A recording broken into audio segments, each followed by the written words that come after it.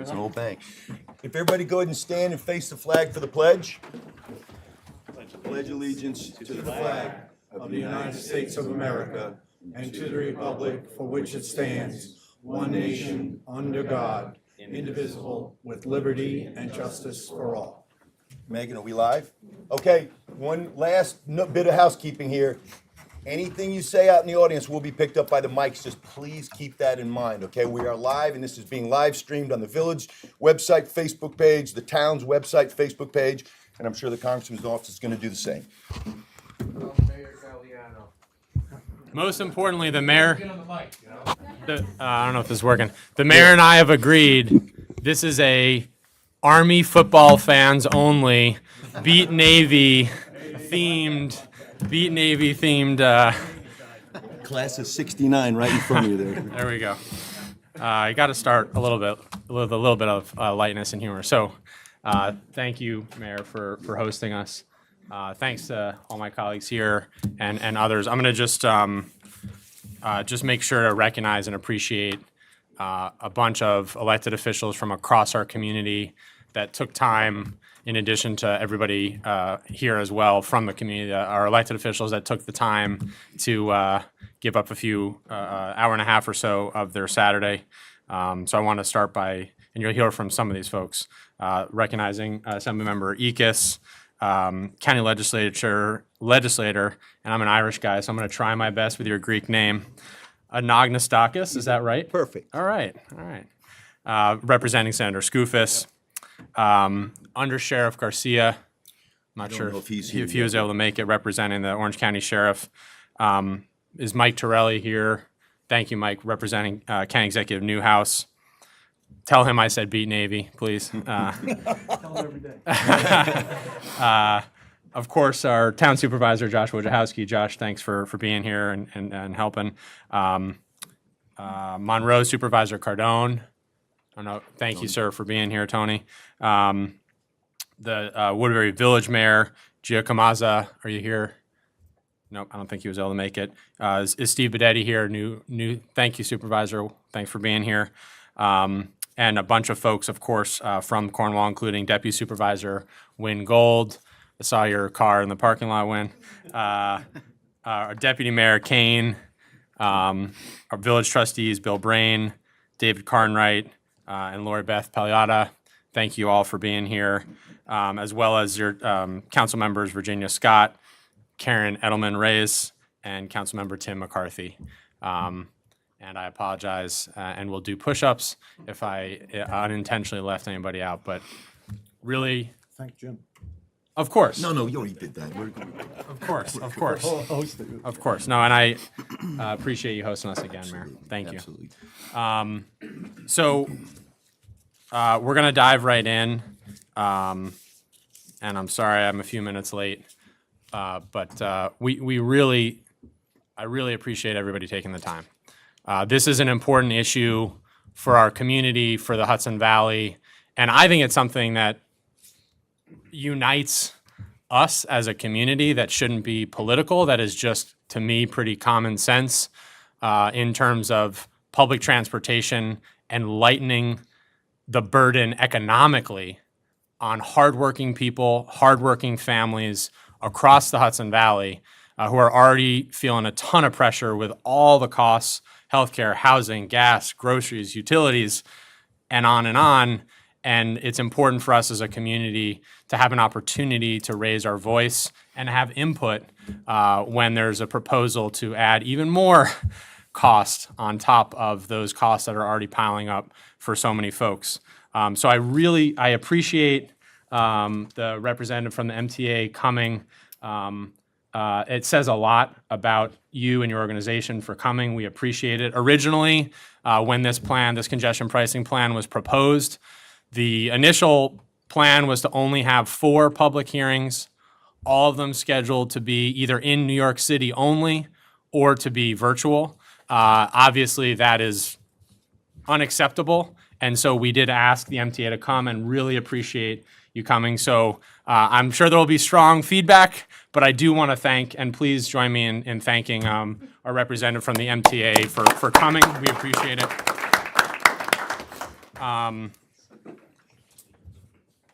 that being said, I think this is just an absolutely unacceptable and ridiculous plan as I see it, and I'm going to invite other colleagues to speak. But I do want to make sure to give a chance and start off so that we can hear from the MTA, hear what the goal here is. So we'll start with you, ma'am. Sure. And again, thank you for being here. Thank you, Congressman. So my name is Laura Wiles. I'm Chief of Staff at the MTA, and thank you for letting me join today and give a little context from the MTA's perspective. I'd like to, I think, make sure everyone understands three things. One is I hope this is the start, but not the end of your engagement with the MTA on this. So I look forward to hearing from many of you today, but also want to make sure that your voices are heard by the MTA board and the rest of the MTA. So there's information on our website about how to submit comments to the board. You can do that in writing. You can do that via the phone. You can, and I'm recognizing others may prefer this format. We are doing hearings as well, and it's very accessible to participate in those remotely. So I encourage you for this to be the start, but not the end of your engagement with us on this. I want to make 2 points about congestion pricing overall. One is MTA follows the law. Congestion pricing was enacted by the state legislature in 2019. We were directed to develop and implement a program. We've been diligently doing that, and we will continue to diligently do that. So congestion pricing is the law. We follow the law. We will continue to do that. Secondly, I want to also, that may not be a very satisfying answer, so I want to also describe a little bit about what the state legislature was envisioning or what their thoughts were when they enacted that law. Firstly, there was a recognition about the cost of congestion, the impact it has on drivers, people in their cars, needing to get around the local streets of Manhattan. Item number two is about the impact of it on deliveries, construction, the cost of doing business in Manhattan. Congestion impacts that as well. And thirdly, emergency vehicles who need to get to crimes in progress, fires, and other life and safety issues. And keeping the roads clear for the people who need to use it most is something that we believe may be accomplished through congestion pricing. The revenue from congestion pricing can be used to fund needed transit improvements, a stronger transportation system for the drivers who need to use the roads, for the people who need to ride the rails. It's a stronger economy and a stronger region. So I, again, thank you for allowing me to share some perspective and some context here. I look forward to hearing from you all as well. Thank you. Okay, we're going to ask a few. We have several folks from the audience to speak. So thank you. If you didn't sign up, but get inspired by the comments, please feel free to join in, and we'll make sure to have time for that. But I do want to start and give a few moments to each of my colleagues here as well to share not just their opinions, but I think most importantly, the opinions and the voices of our constituents who, in my view, have not, at least to this point, and this has been a long process to get to this point, at least to this point, have had no voice, no ability for the Hudson Valley to have input here. So, Assemblyman Nikas, thank you so much. Thank you, Congressman. I appreciate it. You got one. You can call it congestion pricing. You can call it whatever you want. It's a tax. That's what it is. It's a tax on people who have to and need to go into the city. It is absolutely absurd that we had this considered, and unfortunately before my time, because they certainly would have heard from me, that this is unacceptable, okay? I'm from the 99th District, and for those of you who are not familiar with that, that is from the town of New Windsor, south, all the way down to Stony Point in Rockland County. This rips right through the center of my district. And when I say rips, that's not a kind word, okay? Because these are the folks that commute day in and day out to the city. They have no choice, because when you take a look at it, okay, you can take a train, but that train's going to take you to New Jersey. You're going to have to make 2 more transfers to get over to the city. You could take the buses. The buses are not that reliable, okay? They do not go that often. So there's nothing on this side of the river that we can say we're getting a benefit from with this new tax that they're putting on us. It's just been hard because the folks that voted for this, many of them are gone now. They're out of the legislature, and we have no real honest description of why they needed to do this. We already here in my district alone receive less than 60 cents back on the dollar that we pay to the MTA.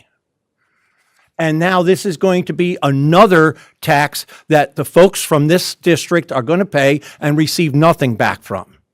Now, don't be deceived.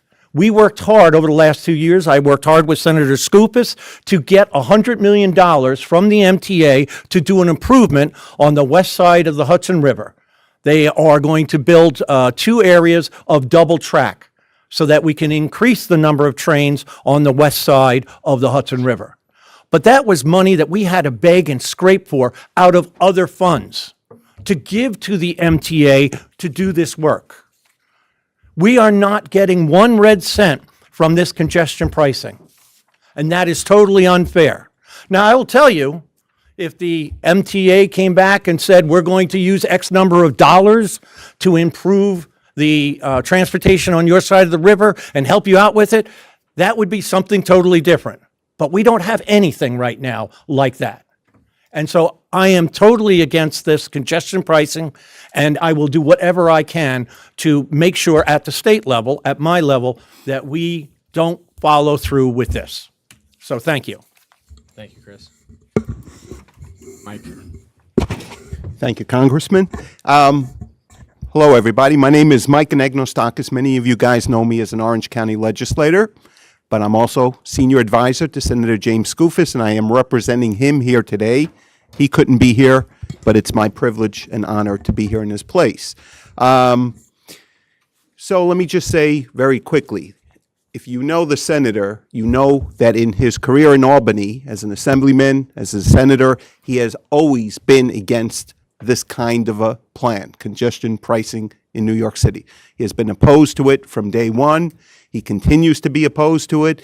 As a matter of fact, even more than just being opposed to it, he very recently joined as plaintiff in a federal lawsuit that is seeking to overturn this. So he will continue to do everything in his power to make sure that this doesn't happen. But you guys are doing something in your power to try to prevent this by being here today. And as Laura said, there are going to be further public comment periods, hearings, and let me give you very quickly, you can find them if you go to the mta.info/CBDTP, and you'll find instructions there how you can participate. There will be one on Thursday, February 29th at 6 p.m., Friday, March 1st at 10 a.m., Monday, March 4th at 10 a.m., Monday, March 4th at 6 p.m. Every time you join one of them and you give your voices, your opinion, that will further the cause. And it's, Laura, we're not just here talking to you today as the MTA. Hopefully there are elected officials in Albany that are hearing this. Certainly our federal official knows what the situation is, doing everything in his power to prevent this. But hopefully someone like the governor is listening to this. Hopefully people can reconsider what they've done in the past and reconsider how they're going to move forward. Now I want to go off script just a little bit for a moment, if I can. I want to thank you, Congressman Ryan, for number one, holding this event for us here today. But even more importantly, I want to thank you for your service to our nation. And if I can, I want to ask every veteran in the audience, every single one of you, please put your hands up so we can see who you are, so we can thank you for your service to this nation also. Thank you. And I'm going to tell you, every one of your brothers and sisters in 1776 that fought for freedom for this nation understands what's going on here today. Back then, the cry was, no taxation without representation. And that is exactly what is going on here. The MTA is a voting board of 14 members, but this county is a member of that board with 1/4 of a vote. There are 4 counties that only have 1/4 of a vote. So you are being represented taxed on only 1/4 of the vote. And as Chris said, they've done tremendous strides, the senator and Chris, trying to get money to improve the service in Orange County. Orange County is probably the least serviced of any county in the MTA universe. So we're the least serviced. We're going to be taxed equally with everyone else with 1/4 of the vote. That's what people were fighting for. No taxation without representation, and in this case, without equal service. So keep the fight up, and hopefully we will prevail in the end. God bless you, God bless everyone, and God bless the United States of America. Thank you. All right, that's a hard act to follow, Mayor. Yeah, woof. I think all right. I think you're up for it, though. Woof. Mayor Gagliano needs no introduction here in your village hall, but thank you again for hosting us. Thank you, Congressman. I do want to thank you and your team for coming here and setting this up. And Madam Chief of Staff, I want to thank you for coming here and hearing us out on this. It's truly appreciated. My concern is a bit anecdotal and then a bit where we are now strategically and operationally. In 1991, as a brand new FBI agent assigned to the Queens office of the New York office of the FBI, I lived up here and I had to commute in every day. The cost of commuting with a family of 2 small children was so far above and beyond the $28,600 I made per year as an FBI agent. So I would leave Cornwall at 5:30 in the morning, drive down 9W, go around the circle, get onto the Palisades Parkway. I couldn't afford the George Washington Bridge. It was a $4 toll at the time. I had to take the Tappan Zee because that was $2.50. Then you're thinking to yourself, but Jimmy, you've got to pay for another bridge to get into Queens. Well, there was a way around that, because instead of going over the Triborough, I took the free McCombs Dam Bridge, which is right by Yankee Stadium. I transited into Harlem. I got on the Harlem River Drive, and I rode it down to the FDR and had my choices of 4 free bridges. The Queensboro Bridge, the Williamsburg Bridge, the Manhattan Bridge, or the Brooklyn Bridge. They're still free. Crossed over and then contributed to congestion trying to get my way to Regal Park where our office was. I say that. Was my story the worst of the worst? No, I had a government car at the time, so that absolutely helped me out, but I still had to pay the tolls. And it was oppressive and prohibitive and very difficult my first 10 years on the job. New York City is a city of 8.4 million people in the 5 boroughs. Every single day, 1 million commuters enter New York City. They come from Connecticut. They come from upstate New York, the 6 upstate counties on both sides of the river. They come from New Jersey, and they come from Nassau and Suffolk County. That is fully 20% of New York City's workforce per day. We contribute to that. That $4 toll to go across the George Washington Bridge in 1991 that I could not afford is now $15.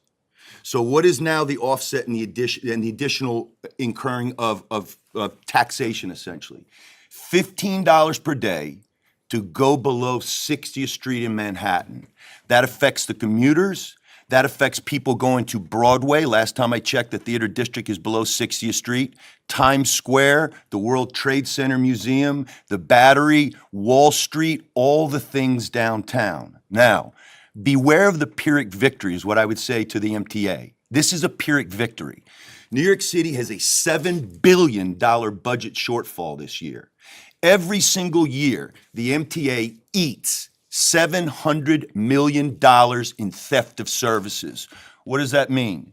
That means turnstile jumpers and fare beaters. For every 3 riders on New York City buses, 1 of them rides for free. For every 10 riders on the subway, 1 of those 10 beats the system. Well, Jimmy, there's a difference, though, because people that are commuting from the suburbs, these are people in the city and they're getting to low-paying jobs. Here's the difference. If I go across the Tappan Zee Bridge without a Easy Pass on, they give me 3 chances before they suspend my registration and I can't drive my vehicle anymore. However, with the permissive environment now where we're tolerating this, $700 million a year in theft of services. Then, interestingly enough, the MTA comes up with a $1 billion mandatory revenue collection plan from congestion pricing. Boy, I'm not that smart with math. I graduated in the bottom of my West Point class. He graduated at the top of his. There's a little difference in distinction. But why are you making that difference up on us? That's the problem. When the MTA chairman and I've heard him speak many times, says that fare beating tears at the fabric, the very fabric of New York City. It's tolerated. And so the plan to make up that difference, in my mind, is coming from this. Well, Jimmy, what about the congestion that's going to get cleaned up? We're going to make, this is environmental justice. We're going to make it cleaner air. We're going to make less congestion down there. Interestingly enough, Bergen County is suing the MTA in New York City. And why? Bergen County has a significant interest in arguing against a proposed congestion pricing plan. An environmental assessment and finding of no significant impact report noted that truck traffic on I-95 in New Jersey and Bergen County will increase by up to 1,000 trucks. You're just going to move the pollution elsewhere. Quote, our amicus brief underscores that this scheme primarily benefits New York City, leaving Bergen County and its residents to bear the brunt of its consequences, says County Board of Commissioner Chairwoman Germaine Ortiz. To avoid this congestion pricing area, many drivers would avoid the Lincoln and Holland tunnels and go straight to the George Washington Bridge instead, negatively affecting several Bergen County towns, the county council argued in the court filing. For the same way that I made it work with a young family at $28,600 a year living up here by taking a circuitous route that caused me to burn more fossil fuel to get there to avoid having to pay those tariffs, people are going to figure out different ways to do it. The other thing that's going to impact New York City, that has a $7 billion annual budgetary shortfall, is the fact that people just won't commute to the city anymore. They'll work remotely. They'll find a different place to work. So I want to wrap up the last thing by sharing something from a friend of mine who's the minority leader for the New York City Council, Joe Borelli. He's a councilman out in Staten Island. And Joe says, be careful here. There's only 3 cities in the world that have congestion pricing until now, right? Stockholm, Singapore, and London. Last time I checked, New York City has 8.4 million residents. London has 9.8 million residents. Similar amount of commuters coming in every day. But London is only taxing the people in the quote-unquote outer boroughs at the rate of $282 million per year. So bigger city, but they're only doing a tariff that's a third as much as what the MTA is looking to recoup, what I feel like is on our backs. So I don't think it's a fair plan, and I don't think it's going to be a plan that's going to help New York City out. It's just going to drive people away from going down there, from visiting there, and doing all the things that contribute to making that city the greatest city. I worked there for 20 years of my life. It's the greatest city in the world. So with that, Mr. Congressman, thank you again for the time. Thank you, Mayor. Thank you. You're my new driving consultant on alternate route selection. Just hit me up. Next, our great supervisor, Wojciechowski. Thanks, Josh. Sure, thanks.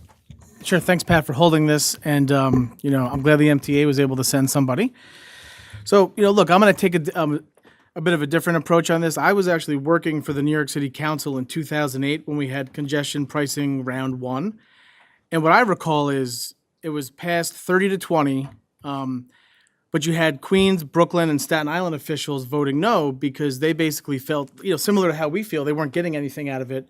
You fast forward this, and many of those same officials, some on the city council, some moved up to the state senate, all of a sudden they were voting for it, but that's because they got their fair share. They worked out offsets. They worked out things for their constituents. We didn't get any of that up here. And so, look, basically, I feel like, we're just basically like the stepchild of New York City here. It's really not fair. We basically have really poor service here in Orange County and in the Hudson Valley. Look, I did it for 7 years. I commuted to New York City to a job in the Central Business District. And it was either, am I going to take the short line bus, go through the Lincoln Tunnel and, possibly risk 4 hours each way if you hit an accident? Or am I going to take, the Port Jervis line, which is on MTA tracks, but is New Jersey Transit trains? And by the way, they're going to be raising rates and probably, having service cuts on that line because of the, issues in New Jersey. And so I think service is only going to get worse on this side of the river. But here we are going to have to be paying this. I think it's almost an extra estimated $5,000 a year that folks are going to have to pay. But meanwhile, we're not going to be getting anything out of the deal. And so, look, I certainly support the environmental and and budgetary goals of congestion pricing, but not on the backs of our residents in the Hudson Valley. I really think that we need to figure out a way to increase service on this side of the river. And until then, I'm just going to be adamantly opposed to this, as I think many of the elected officials here are in the Hudson Valley. And so that's really all we want, is just a seat at the table. We want a fair chance to get, our fair share of the services, and maybe more of us would support this. But until that happens, I don't know how we can do that. And so, look, I may not get a vote on this, but, certainly I'm going to be doing whatever I, can to talk to the state legislature, to the governor, to whoever I can to make sure that we get our fair share. Until then, I just can't support this. Thank you, Josh. I appreciate everybody. I got just about 2 or 3 minutes, and then we'll open it up to folks that have signed up, and then anybody else that wants to comment. Initially, I wasn't actually sure if the MTA would come. So again, appreciate you coming and hearing us. And I do think there are a lot of other communities that are, as you're hearing, in a similar situation who would appreciate the conversation. When I actually first heard of congestion pricing, it sounded good. Nobody likes congestion. Less congestion, potential sort of positive environmental impacts. The problem, and I also hoped, frankly, that if you're going to charge us more, as Chris so powerfully said, this is a tax, let's be clear. If you're going to charge us more, I just sort of expected, okay, we'll get something for that. We've had decades of underinvestment. I grew up in Kingston, west side of the Hudson River, just had decades of underinvestment in the public transit system, essentially, in my view, ignoring the Hudson Valley. There's not a single, I represent Ulster, Dutchess, and Orange. There's not a single MTA station anywhere in Ulster County. Limited service in Dutchess. And as we've heard, no single seat service in Orange. That's deeply problematic. If you've ever actually ridden from Port Jervis and lived to tell the tale, you know what I'm talking about.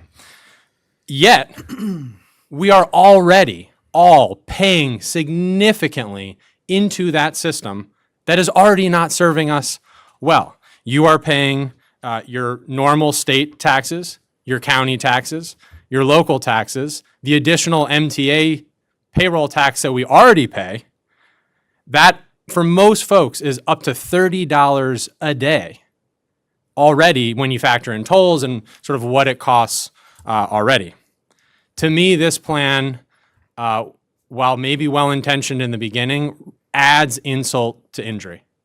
In addition to the $30 folks are already paying a day, now it's $15 more a day just to get to work. For an average family, that could be up to $5,000 a year, as you heard from Josh. And I think we're going to hear from some folks in the room who can speak to this more personally than me. But I think it's important to also think about who folks are that are getting penalized for doing what they have to do, which is put food on the table for them and their families, and most importantly, serving our community, serving the city, serving the state, serving the region. You think about who's coming from our area and having to pay this. It's law enforcement professionals and cops. It's firefighters. It's teachers. It's transit workers that actually work on the system. It's farmers that are bringing their food to market to feed the city and the region and are already under tremendous pressure. So to me, and there are no exceptions, no discounts, no exemptions for public servants, for people that are keeping us safe, that are feeding us, that are benefiting our community. That's deeply wrong, deeply unjust, and it's going to have a perverse backwards incentive of, I think, what is intended here, and discourage the very people that we need from doing all the things that we need them to do. So we thought it was important, because this is coming quickly. My understanding, and maybe you can correct this if I'm wrong, is that there are already some physical pieces up on 60th Street. So the time is actually quite limited for us to raise our voice and to have a say here.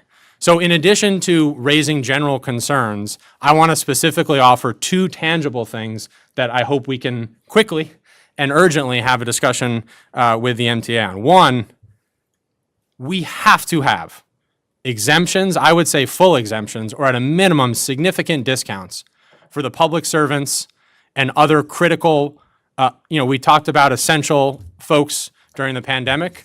What are we doing for essential folks now that continue to risk their lives for us, put their lives on the line, feed us, and now we're going to penalize them? So I think that's a fair thing that we should open an urgent discussion on. The second thing is, and you heard this from all my colleagues, if you're going to ask us to pay more, significantly more, show us a clear, tangible, believable plan of what we get for that. What investments, what additional service, particularly on the west side of the Hudson River, but in the whole Hudson Valley, will we get? Give us the milestones when, and so that we can drive accountability around that. So again, I will stop there before my blood pressure gets any higher, and open it up to others. Do you want to speak on the timing? Can you help us understand just quickly the timing, Ms. Wild? Sure. So, my colleague here was correct on the timing of the hearings. That's the next milestone. Ultimately, the MTA board will vote, likely in March or the spring, and we are currently on track, provided litigation and legal matters are handled. We would be on track to implement in June. Okay, thank you. So there's a lot of unknowns there. So Yeah. don't know how the MTA board will vote. We don't know how any active litigation may be resolved. Many things can change, but our job, as I said, according to the law, right, is to develop and implement. We are prepared to implement come June. Thank you. And we are going to be, in addition to our representative hearing this directly, we're gathering every statement here. We're documenting it, recording it. We'll be submitting all of these, not only particularly to the folks that are going to have a vote on this, as you heard, very, very soon.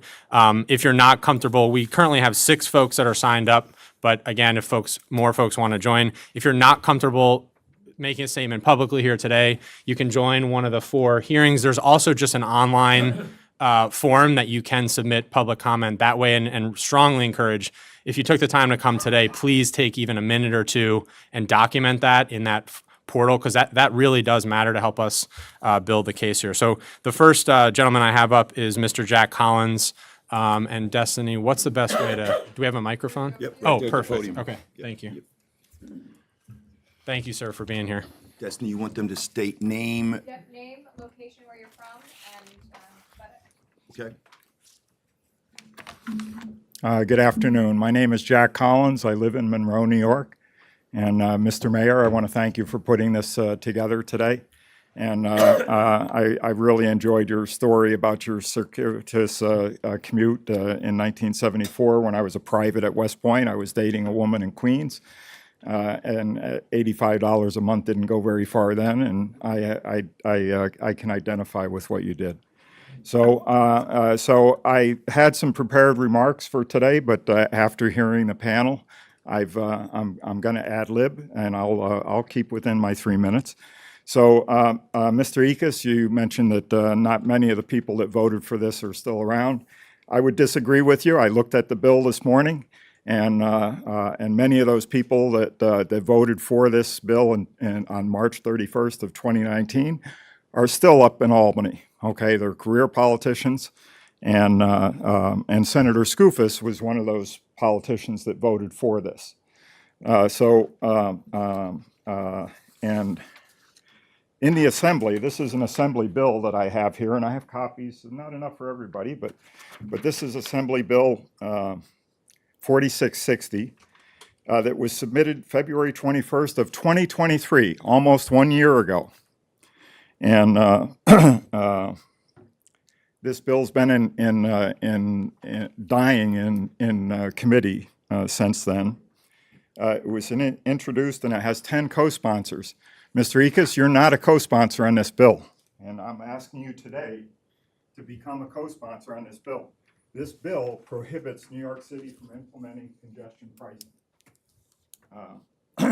One of the things that the panel didn't tell us today, this is a state's issue, and the state is the one that needs to settle this. And so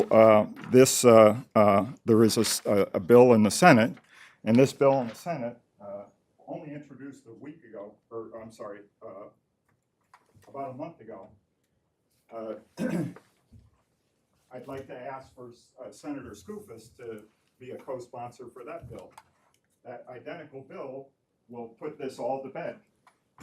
And this is a state's issue that can be settled up in Albany. And Mr. Ryan, respectfully, I, as a constituent, would prefer that you stick with federal issues, okay? You took an oath to uphold the U.S. Constitution. Everybody else up here took an oath to uphold the federal Constitution and the New York Constitution. This is a states' rights issue. And since it's a states' rights issue, I'd prefer that if you spent your energy on the 10 million illegal aliens coming across the southern border, okay, that's an invasion. As a former officer, you should know that. But it seems to me that you don't. I'd also like you to spend that $100 billion on Ukraine. I'd like you to put that towards homeless veterans. We have a lot of comrades out there that need help, and we don't need to be sending that money to Ukraine. Sir, I'm going to just interject real quick.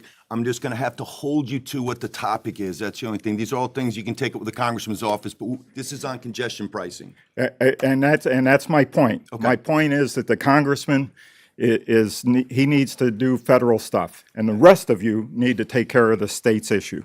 All right. If anybody wants a copy of these bills, you come see me and I'll give them.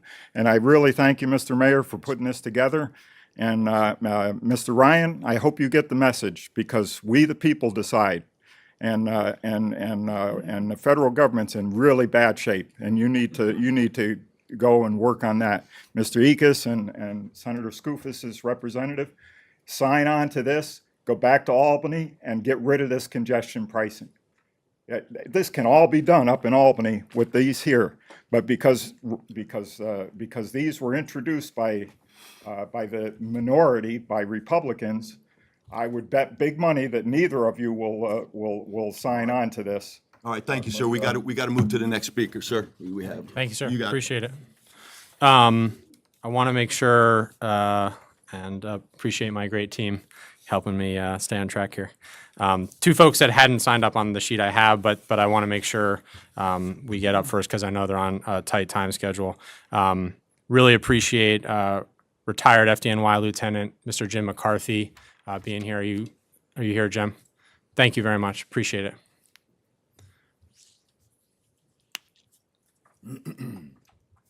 Good afternoon, elected officials. The reports of my retirement are greatly exaggerated, so I'm still sorry. active I'm duty sorry. fire lieutenant in New York I City. apologize. I Right, I apologize. just look old. It's not the fact that I'm retired yet. I'm sorry, sir. I'm sorry. No, as a longtime Orange County resident and employee of New York City, I've taken public transportation to work, and I drive to work. And our hours are odd, not the same as a 9 to 5. We work, sometimes get off at 6 p.m. or later. And I already pay a tax on my property to give to the MTA. I also pay an 1127 condition of employment on all of my income to New York City. Then I pay my state tax and federal tax and local tax. So I'm already paying for the MTA trains. And in order for me to use them to get back and forth to work in New York City, we don't have that kind of service here. It's very difficult to get a train from New York City, taking the path to Hoboken to Campbell Hall, where I take the train out of. If I don't get the 657, there's not a train for another hour, every hour until 11 o'clock at night. Then there's a 2-hour span. So not having a train, not having that service, yet having to pay a fee on my property tax. And now the tolls at all the George Washington Bridge or the tunnels, portion of that goes to MTA. Now I'm going to pay congestion pricing because I work in Manhattan. Also, we're willing to accept a little bit more of a cost to commute. And I can give you a couple of different routes also how to get to Brooklyn and Manhattan. And the way we spend a little more time in the car. But if I'm going to have to be forced to do public transportation, that adds the amount of time it takes for me to commute back and forth because you don't have that many trains. That's less time with my family, less time at home, less time in my community, more time just traveling back and forth. That's a burden that we can't take on. On top of that, we don't get exemptions. Working people don't get exemptions, and there's no exemptions offered for the congestion pricing or the tolls for working people. So an additional burden on middle-class working people, union workers that live in our county, in Rockland County, that commute to New York City to do our jobs. We have middle-class salaries, and that's impactful upon us. And if we're going to do congestion pricing on top of all the other fees and taxes that we have to pay, it's almost insurmountable. And adding the time we're going to have going back and forth, and the time we lose with our families and in our communities, because we're also the people that are the coaches for the baseball teams and the soccer teams and the church activities. So we're not going to be able to participate in those things because we're spending so much time getting back and forth using public transportation, or we're going to have to pay that extra money with the commuter tax and the MTA fees on our property taxes. So that's why I'm asking that we address this commuter tax. Congestion pricing tax, sorry. I understand the goals of it, reduce the traffic in Manhattan, reduce the pollution, and that those are admirable. But in order to charge the people in the middle class, the working people in the city, it's unfair. We can't absorb that in our budget. Maybe the wealthy people it doesn't matter to them. Other people are going to get exemptions or have a low-cost public transportation. We don't have that. So again, I'm asking that we address this congestion pricing and we eliminate it. And I'm not looking just for an exemption for us. It's not one of those things that as long as I don't have to pay, I'm okay with it. It just seems like it's a burden on all working people that have to work in Manhattan. And we don't have a choice. I get assigned somewhere, like a police officer or a firefighter. I graduate the academy, and they tell me you're working somewhere. And even if I transfer out to an area that doesn't have congestion pricing, they can require me to go to that area in the middle of congestion pricing through congestion pricing. That's an impact on my salary. Now, I only get the same salary everybody else does on the fire department. So for me to have to work there, I get less money to bring home because of where I work, not because of anything else. So that's just not fair. And again, that's why I ask everybody to work against congestion pricing. Thank you. Thank you, sir. Thank you for taking the time. Appreciate it. I also want to make sure to thank and welcome up Detective Luis Cuevas. Are you here, sir? And why? He might. Okay. If he can join. And the Orange County Undersheriff Will Garcia just arrived. Oh, good. Thank you, Undersheriff. Appreciate you being here. Thank you. Yeah. Well, if Luis comes, just we'll bump him to the front because I know he's on a tight schedule. Next on the list, and I think I'm reading your handwriting correctly, but I apologize. Mr. Greg, is it Pagliata? Thank you, sir. Thanks for being here. Thank you, Congressman. And I welcome any political help. We welcome any political help to address this issue because I am a business owner in New York City. I have lived in Cornwall almost my whole entire life, but I've chosen to commute to New York City to maintain my business. In New York City, I would be the definition of a mom and pop. I'm not a big business. I don't make billions of dollars, but we do all right, and we're able to stay in New York City. I have commuted into New York City, and we'll take a challenge with the mayor on best ways to get places, for over 23 years. That means I would have paid the max of $5,000 over that 23-year period and over $115,000 of my own personal income. During the pandemic, or just before the pandemic, I moved my business out of New York City. I moved to Mount Vernon, New York. The New York City, Manhattan had become too expensive for me to continue to do business in. Mount Vernon, I had some choices. I was able to diversify to where I could run some of the business, but we're an emergency service, technical service company. We have a fleet of vehicles. We We rush places to render people service. That's what we do.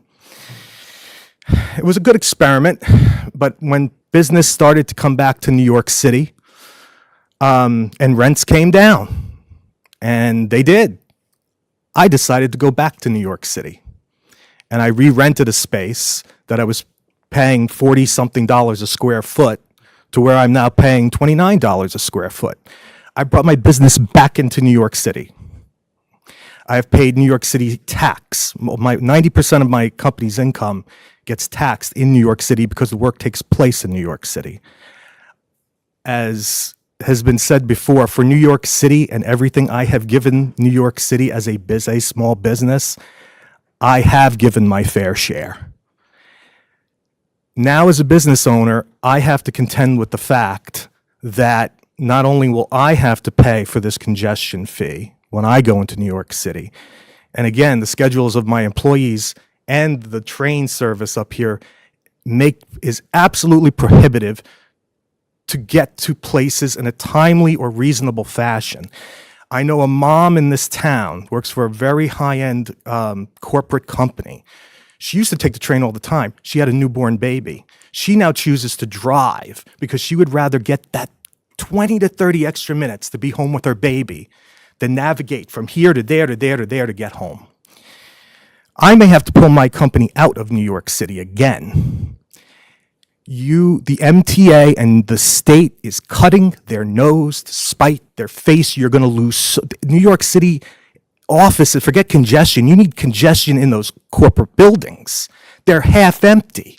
I went to go fill them, and now my employees and I and my fleet vehicles, and here's my question for the MTA. I have to pay this, right? Now, I have 2 or 3 fleet vans that are registered to my company in my name.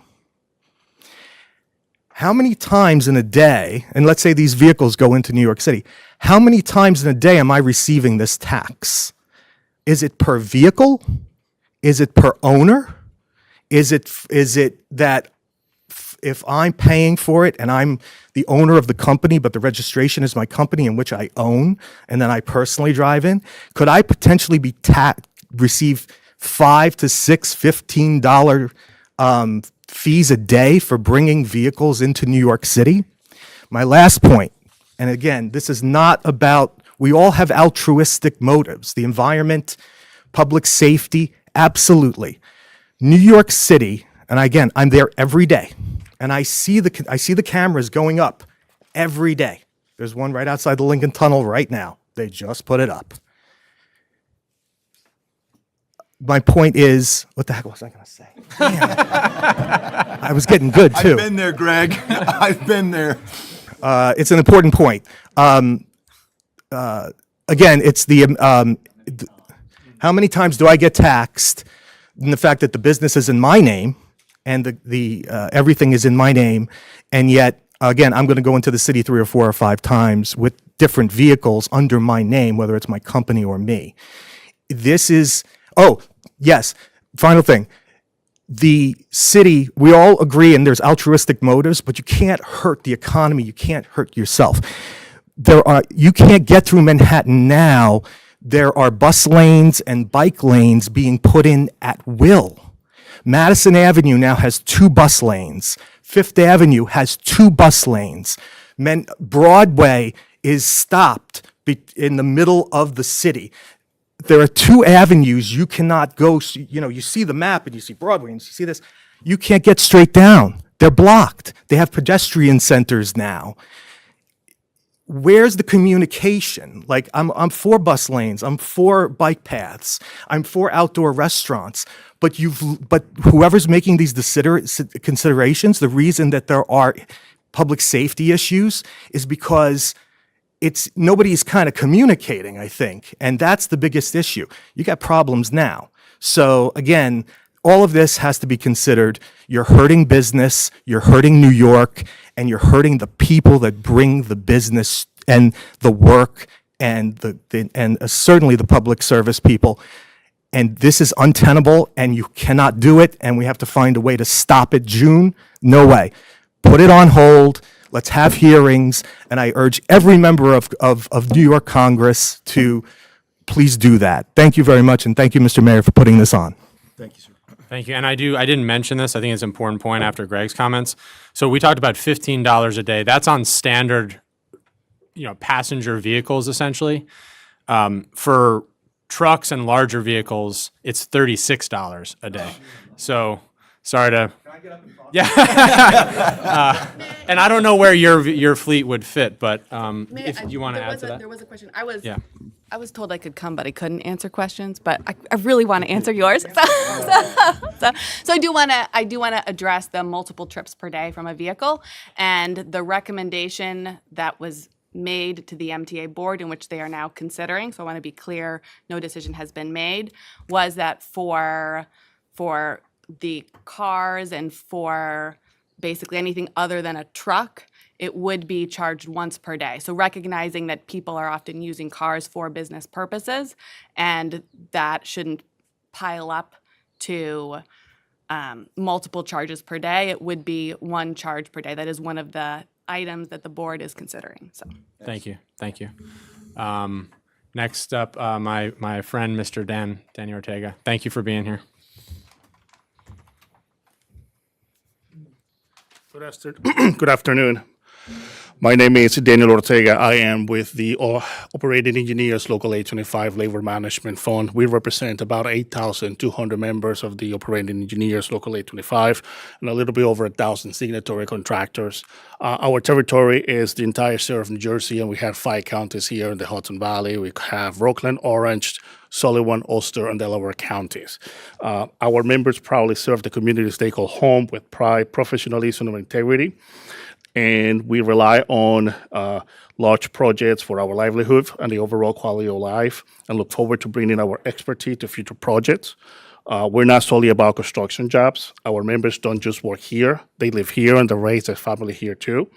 We know the benefits of safe, reliable infrastructure for our communities. We are against this proposal. We believe that the proposed tolls are a double tax on suburban residents like our members. Not only we pay for bridge and tunnel tolls, but now we have to pay for street tolls as well. By law, the MTA can only take up to $1 billion of revenue for these taxes. However, some estimates have concluded that they will be bringing in about $2.5 billion per year. And we need to reimagine the way how we're using these funds. Unfortunately, sometimes Hudson Valley commuters don't seem to be a priority for the MTA, and the MTA has had a long history of mismanagement. Successful programs should not be sacrificed and cut for the systemic failure of others. We're still waiting for repairs on the Port Jervis line from Hurricane Irene in 2011. There are some members of your staff who were in middle school in 2011, just to give you perspective. I'm not going to defend New Jersey Transit. I could spend the next 2 hours here talking about their failures and their mismanagement. However, that should not be an excuse for the MTA not to work with them and to abandon one of the Hudson commuters. The MTA has the responsibility to work and engage with New Jersey Transit to make sure that those lines that are used in New York, in this area of the state, are up to what they should be. Moreover, the MTA has never pushed or pursued the train at Woodbury Commons, which we talked about for a very long time. And they have also never really reached out or worked with local elected officials for more and better park and ride along the corridor, which would be very helpful. We could use funding to finally build the Bergen Loop, which is a project in New Jersey. And that would basically loop in all of the trains, the Port Jervis lines and some of the other lines that cover this area of the state, and loop them into the tunnels that go directly into Midtown, which will finally give the residents of Orange County a one-seat ride from Orange County into Midtown. And that project is no more than $125 million to do the whole thing, and I'm sure that there will be more than one federal and state official that will be more than happy to get involved and try to get that done, especially now that they're redoing all of the tunnels, and it's going to be a long time to get that done. So I just wanted to say thank you to the Congressman for this opportunity and the other election officials for having us here today. we feel that because of your support and leadership, we're making strides in the region and making sure that we have the infrastructure that we need and that our members not only have the opportunity to work, but to have a better life. We look forward to continue working with all of you on this and any other project. Thank you. Thank you very much. Thank you. Next up is Mr. Brian Ferrero. Brian had to leave. His daughter had a softball game, but he just wanted to say that he works for Con Ed, and I think Congressman 14th said Street, on yeah. 14th Street, and how this would hurt his obviously financial bottom line trying to make it into work every day. Thank you. Next on the list, Miss Adrienne Watson. Hi, thank you for being here. Start talking now, because I know we're short on time. My husband takes the train. Sometimes he tries to. Failure. I'm sorry, I live in Where- Cornwall. yeah, I was gonna say, where do you Cornwall, thank you. Thank you. Supervisor. Snowstorm Tuesday, 2 hours late for work. On a normal day, when he takes the train, he's 15 minutes late for work because the trains don't run in a timely manner, or there are not enough trains to get him to work on time. Port Jervis line, I'm the statistician right now. There are literally 13 trains a day going into the city. Coming out, there are 15 trains. So that's what the MTA, sure, that's what the MTA wants us to take instead of driving into the city, Ms. Wiles. 13 trains in and 2-hour gaps, 3-hour gaps in between. When he gets out of work in the middle of the day, sometimes he stands around for 2 hours waiting for a train. Now, on the other side of the river, there's the Harlem line, and there's actually 3 times the amount of trains going into the city and 3 times the amount. Hudson line, same story. So there's really no parity there. So the other side of the river, they're doing just fine. Here, we're not. What do we do? Newburgh Beacon Ferry, you want to consider that. That's only running 5 to 8 in the morning and 5 to 8 at night if you want to try to do that to connect at Beacon. So basically, I'm saying there's no alternate. We can't get to work on time. There's no reliable service on this side of the river. So it's not an option if congestion pricing passes, which certainly we don't want it to, but there's no option here. You just can't get to work on time unless you want to go 2 hours early and just hang around Penn Station, which is fun, as we all know. That's it. But thank you, everybody. I Thank you. appreciate it. Thank you. Thank you. Thank you. And I think it is a really important point. On paper, you can hold up a schedule, you can put something on a map. It maybe looks like you could make it work to get here. My wife commutes regularly to the city from New Paltz. Like, it does not work on there is no viable, realistic public transit if you're a working parent, if you're like, it just does not work. So I know if the idea is to take people, the whole idea is have people not drive, but that's not, it's just not, unless we had dramatic improvements in service, frequency, it's just not an option. So sorry, I don't mean to foot stomp you, Adrian, but I just think, I think that's something that maybe folks don't fully understand. The last person who signed up anyway, and please, again, I know we're at an hour right now, but if anyone else wants to speak, we'd welcome it. And I'm sorry, I think it's Mr. Tom, is it Lapola, sir? Thank you. Thank you. Thank you all. I appreciate you spending your day with us. First of all, I am retired. Jim's still working. Your name and where you I'm live. sorry, Tom Lapola, Monroe.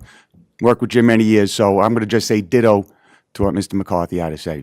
I appreciate what he had to say, and I'm also going to piggyback on Mr. Collins. That's the right way to approach it, using the state. I would expect that my assemblyman and my state senator sign on to those bills and co-sponsor those bills. But the rest of my comments are going to be to the MTA. You use the fire lanes as comparing this to making the same effort as the fire lanes were supposed to do. I worked in Midtown Manhattan. Those fire lanes that they created, I can guarantee you they didn't work, and this isn't going to work either. It's not going to expedite fire service. It's not. And I'd say the biggest unintended consequence that you haven't really considered, and Jimmy mentioned it quickly, you have 2 firemen, 2 police officers. They both graduate the same academy at the same time. One gets assigned to the Bronx, the other gets assigned to Midtown Manhattan. That Midtown firefighter gets a $5,000 cut in pay right away. All right? Now he's married, has 2 or 3 children. He's experienced, he's there 5 years. What's he going to do? He's going to transfer. He's going to go to the Bronx. And what is he going to take with him? His experience. And then they put somebody else in there. And that's going to be the cycle forever. You'll have 5 years, people rotating. And I can tell you right now, the best firefighters are the ones that stay there for a long time. I mean, I achieved the rank of leadership, but I relied on those firemen that stayed in that place for 5, 10, 15, 20 years. You will lose that. And I'm just talking about the fire service. Same thing applies to the police department, nursing, medical care, all of it. Just an unintended consequence, but I'm sure the MTA did not consider. Again, I thank all of you for this opportunity. Have a nice day. Thank you very much, sir. Is there anybody else that wants? Thank you. Thanks for coming. Thank you. Dory Houle, councilwoman from the town of Monroe. You forgot to mention me. I'll take those 20 sit-ups at the end of today. I got a lot of push-ups to do now. So thank you for hosting this today, and thank you for giving us an opportunity to say what we need to say. I'm glad to hear that so many people are against congestion pricing, and we all know the reasons that we should be against it. You've stated all of the challenges that we face. What I'm not hearing are solutions. So the MTA, I have yet to hear a report in which the MTA has zeroed out their balance, where they are meeting the costs of running the MTA. They are consistently falling short, and they are consistently over their budget as far as their spending goes. I'm originally from Staten Island, and in the early 60s, there was a toll placed on the Verrazano Bridge that was only supposed to be imposed until the bridge was paid off. Well, now at $20 a trip, that bridge has been paid off umpteen thousand times. Congestion pricing will not go away. It will not go down. It will be something that we will be complaining about for a long period of time. As Laura Wiles has stated, this is done. This was voted on and passed by our state legislator in 2019. What I'd like to hear are ways that we are going to, as Mr. Anagnostakis pointed out, how are we going to balance the taxation without representation? How are we going to give Orange County residents more of a say with the MTA board? If you take a look at who's appointed to that MTA board, yes, Orange County gets 1/4 of a vote out of 14 votes. You take a look at the governor's picks, most of her picks has ties to New York City. So that means that New York City is calling the shots, and they're imposing all of these issues on the residents that live in the outer boroughs, in the outer counties. That's not equal representation. We are bearing an overabundant cost of these tariffs and these taxes, and it's not fair, and we need to balance that out. I'm also not hearing any type of solutions when it comes to the fare beating. We have theft of services every single day, not only on the MTA subways, not only on the MTA buses, not only on the MTA bridges and tunnels. All three of them, we have theft of service every single day, and there is absolutely nothing being done. The laws regarding public safety in New York State are allowing the MTA to lose funding. So why is it that the people who are expected to abide by those laws are the ones who have to pay for these challenges? It's not fair. So what I want to hear, instead of hearing how you oppose this law that has already been passed, I want to hear how you're going to fix it. Thank you. Thank you very much.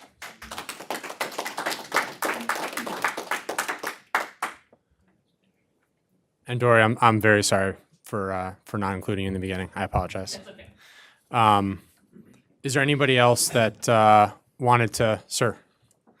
If you wouldn't mind, just your name and where you're coming from. Thank you. Hi, Rick Joya, Cornwall-on-Hudson. Thank you for organizing this, and there have been so many perspectives, very granular, a picture of how it's going to affect.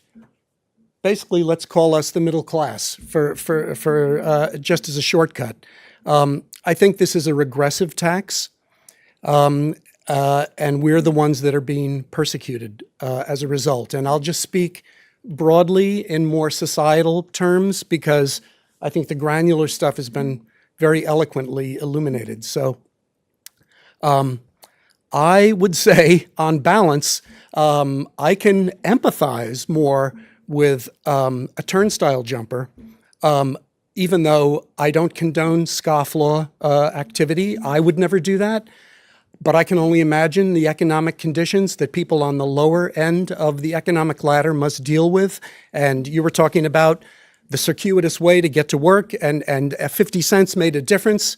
For some guy who's washing dishes somewhere, maybe he has to jump a turnstile. So there's a bigger picture there. I have much less empathy for Jeff Bezos, who's one of the richest men on the planet and whose trucks congest Manhattan. If we really want to talk about the title of this, congestion, okay, let's go to the root. Maybe it shouldn't be cheaper in the year of our Lord 2024 for someone with a few clicks of a keypad to get a tube of toothpaste in 30 minutes delivered by a giant truck. Maybe it should be more expensive for that person, and maybe if it was more expensive, they would go down to the local bodega and get their tube of toothpaste, or they would support the local businesses that in turn create the economic diversity and the fabric of what New York City used to be. We're basically supplanting that economic diversity with Jeff Bezos's trucks, and so much of the congestion that I experience. I drive in the city all the time, and I find myself most of the time can't get somewhere. It's an Amazon truck, or it's a this. I'm just saying. Let's deal with congestion at its root cause, and maybe that's a corrective that's more effective, and it doesn't tax all of us. Thank you. Thank you. It's a good point. Marcia, thanks for being here.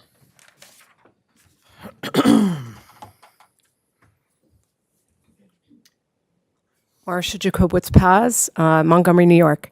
First, I just want to thank the Congressman for caring about his constituents, whether it be state, federal issues, to take time to hear what his constituents say and try to deal with our concerns and our problems.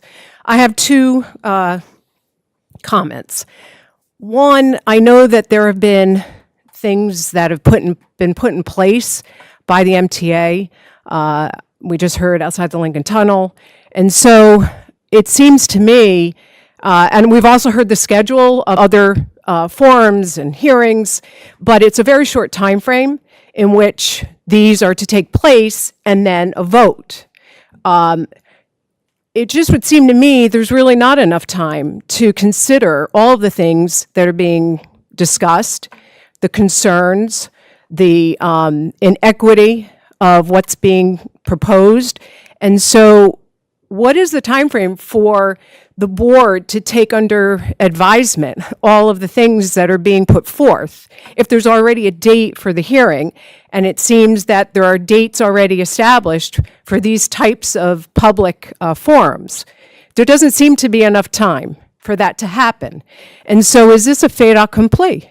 And that's my question. I know you said that you're not able to answer, which that in and of itself I find a little extraordinary.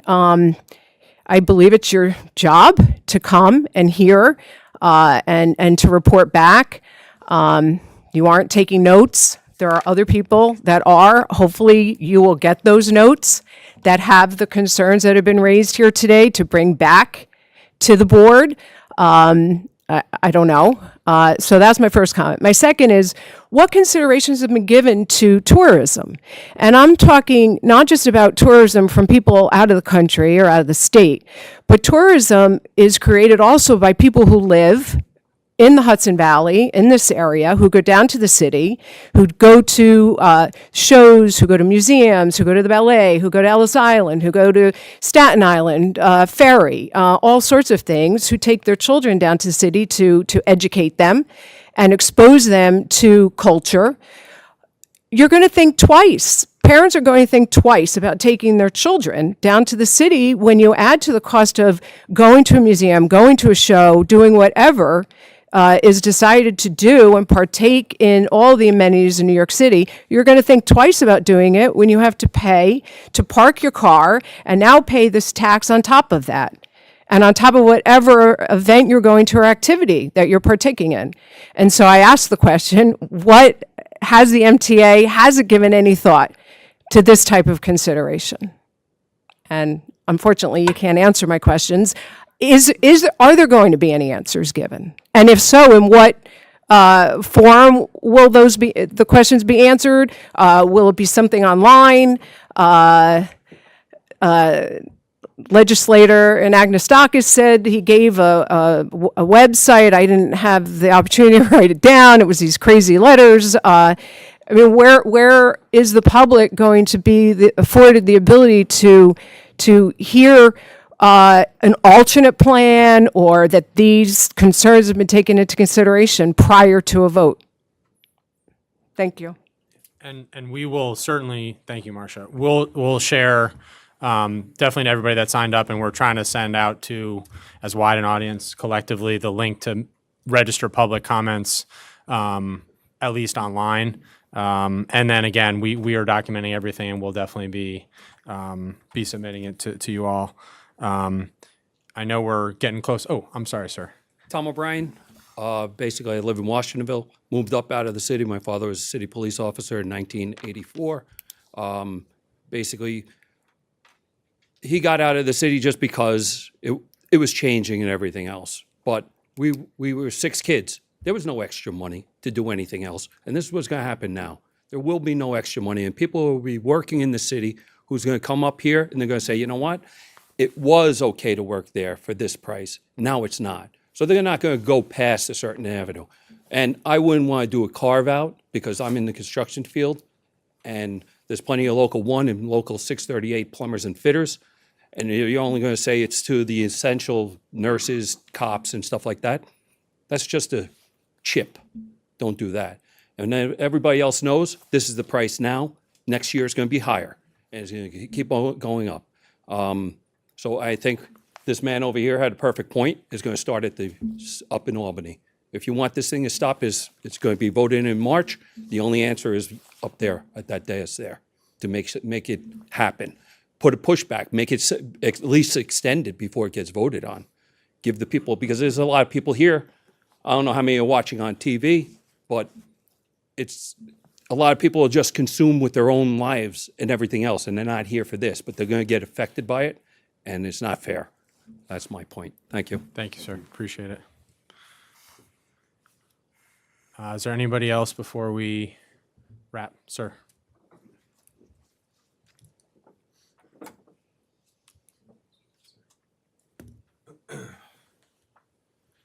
Thank you for your time. My name is Chell Pedersen. I'm in Cornwall. I'm a union construction worker. I work in downtown Manhattan, right off the West Side Highway.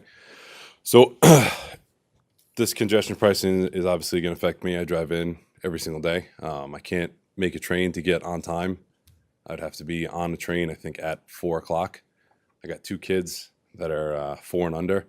So I think anyone who has kids knows that once you get home from work, the second shift starts, and Sure does. Or the third. Dinner, bedtime, cleaning dishes.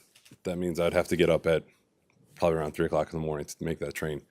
So I understand that if this does pass and the congestion pricing does go into effect, one, I would just ask, can we please get more trains on both sides of the river to help out the people that are going into the city? And then the other thing too is, it sounds like there's a lot of kind of rumors, and I'm sure that nobody wants to divulge into rumors, but the West Side Highway and FDR, are those getting affected by this toll, or is it inwards of the city? No, they're not. So the west side and the FDR, they will not be. It's 60th Street and south, but not the major arteries on both sides of the island. Okay. All right. Well, thank you for answering that question, but also I would ask, if this does pass, can we please get some more trains to help out the people in the Hudson Valley? Thank you. Thank you very much. Thank you. All right. I appreciate everybody's time. Again, if you didn't have a chance to speak today or didn't want to publicly, we will share and find me or our team. That's Destiny from my team and our collective team here. Please find us. We can get you linked up with that. And I would just say we've had similar other fights on a lot of issues, whether that's, there's a similar fight right now. They're trying to dump radioactive waste into the Hudson River from a decommissioned nuclear plant, for example, where the communities raised our voice and actually had an impact over the last year, where people said, that doesn't sound right, that doesn't feel right, let's re-examine, and that actually worked. So I know that we're getting tight on time, but I do think that raising our voices really does matter. And we are all, I'm gonna continue to push here. Please tell a few others. I know it's a Saturday. I know the very people we want to be here are either working right now or they're taking well-deserved time off.